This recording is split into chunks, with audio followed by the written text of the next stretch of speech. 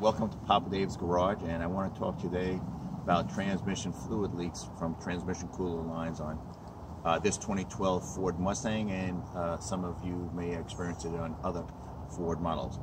When the transmission is assembled on this vehicle, there are two cooler line sections, one coming from the transmission and one coming from the oil cooler itself, and they meet right underneath the engine, basically right in front of the crankshaft pulley. And if you have some fluid staining on your driveway, chances are it's coming from this connector. This is the forward transmission cooler line that comes from the external cooler to the lines that go to the transmission. They're spring lock connectors, and as you'll notice that one side is a female end right here that has an actual spring lock, and the other side is a male end right here that the line from the transmission has a spring lock. Chances are the fluid leak is coming from this end right here. If you have a fluid leak from this end, you're going to have to change both lines.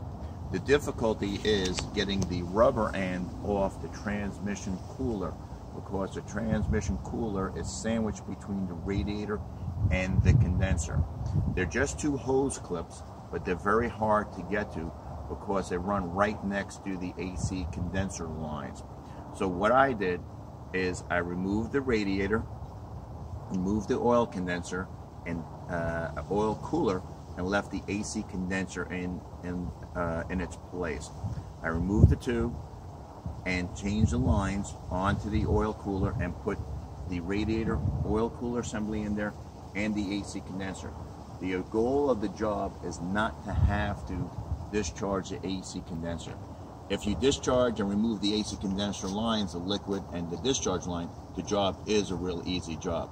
But what also complicates this job is the connectors on these spring lock connectors are different than other Ford connectors. Because they have a special shoulder on here, because Ford installed special retainers over this, it's difficult to use or locate in your toolbox proper spring lock disconnect tool.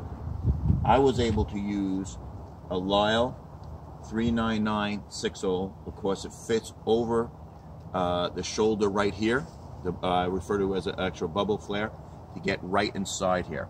So this is a correct one to use. The AST 2038 will also work, and good luck. It's a pain in the you-know-what job. If you want the part number for the line for the Ford Mustang, it's a boy Robert 3 Zebra 7 Robert 081 C as in Charlie. I'll put that right here. Now obviously that part number will vary based on model year, engine, etc. And as I stated earlier, it's a difficult job because you're working in there amongst the AC fins. It's something that you can do. Now obviously this is an expensive hose, and the line coming from the transmission itself is an expensive one.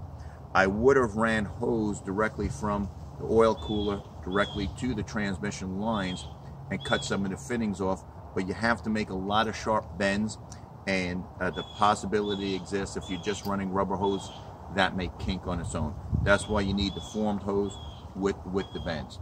Good luck. Take your patience. It's a job that can be done. And don't forget to use gloves, because the fins on the oil cooler, radiator, and AC condenser are sharp. Take care.